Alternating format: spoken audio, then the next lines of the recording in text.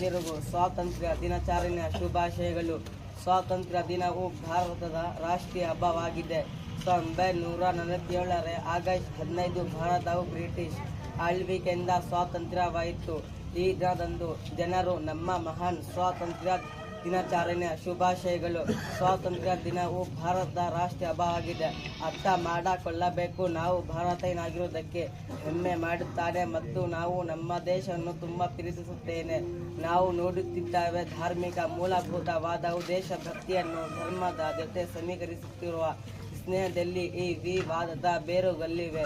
ಮೂಲಭೂತವಾದದ ಆಧಾರದಲ್ಲಿ ಒಂದು ಧರ್ಮರು ಮತ್ತೊಂದು ಧರ್ಮವನ್ನು ದೇಶಭಕ್ತರು ಎಂದು ಕೆಲವರು ಹೇಳುತ್ತಾರೆ. ಆದ್ದರಿಂದ ಹಿಂದೂ ಮತ್ತು ಮುಸ್ಲಿಂ ಮೂಲಭೂತವಾದಿಗಳು ತಮ್ಮ ಕನ್ಯೆಗೆ ಅಂಟಿಕೊಂಡ ಅಸಹನೆ ಮತ್ತು ಅನುಮಾನಗಳ ಪೂರ ಕಳಚಿಕೊಂಡು ದೇಶವನ್ನು ನೋಡಬೇಕಾಗಿದೆ.